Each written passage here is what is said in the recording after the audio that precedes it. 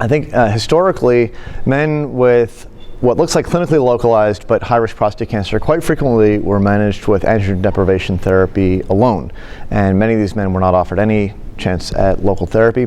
One of the findings that we have had in the CAPTURE registry in a paper published this year, which is one of the papers highlighted in the talk, was that the proportion of men who are getting hormonal therapy alone with high-risk disease had been rising consistently over about a 15-year period up until 2010, as high as 50%, but now has fallen down to 25%, which is very good news. It means we're seeing more aggressive management, appropriately aggressive management, of men with high-risk clinically localized disease. Now, until relatively recently, when those men got local treatment, it was usually radiation therapy. Until, I would say, the last 5 years or so, it was relatively uncommon to see surgery.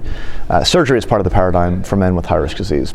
But what we are seeing now is really a sea change based in part on a growing body of evidence that surgery may actually be a more effective local therapy than radiation therapy alone for men with high-risk disease. One of the other papers I highlighted during the talk was a meta-analysis that just came out in European Urology recently, summarizing 19 different studies, and these are all retrospective. They're of variable quality, but some are of extremely high quality, and they consistently showed about a twofold improved survival, cancer-specific survival, and an improved overall survival when surgery is part of the management paradigm.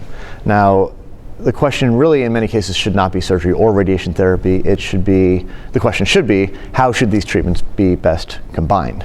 And in that regard, for high-risk prostate cancer, we are probably behind a lot of other solid tumors. When you think about how aggressive breast cancer is managed, rectal cancer, gastric, the answer is yes, you get surgery, radiation therapy, and systemic therapy. So we're probably quite a bit behind the curve and still having these debates.